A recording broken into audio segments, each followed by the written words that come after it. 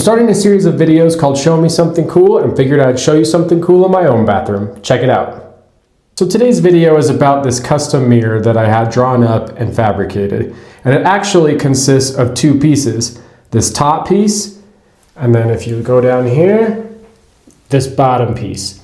And it's designed to look like the circle continues on throughout the vanity, even when you get down below it. What was very difficult about this installation is that since this is a floating vanity and I used an integrated sink top, which is very heavy, it had to have carrier arms installed very early on in the process.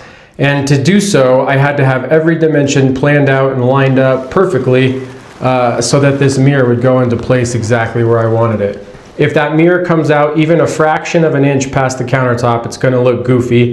And if it's too far in and doesn't come out far enough, it's also going to look bad. So this mirror is actually pretty big. It measures 52 inches in width. And as you can see, maintains the circle all the way around and down to the vanity top there. And then we did these lights offset to kind of give it some additional depth and balance to it. So once we got the mirror here on site, I then installed the GM Lighting Cobb tape light, which means chip on board. And as you can see, there's no hot spots or anything, and it just goes along the back of the mirror there. We 3D printed a channel for the tape light to mount to, and so it all just followed perfectly around the mirror. We matched the radius, and it went in perfectly with no issues, which was really nice.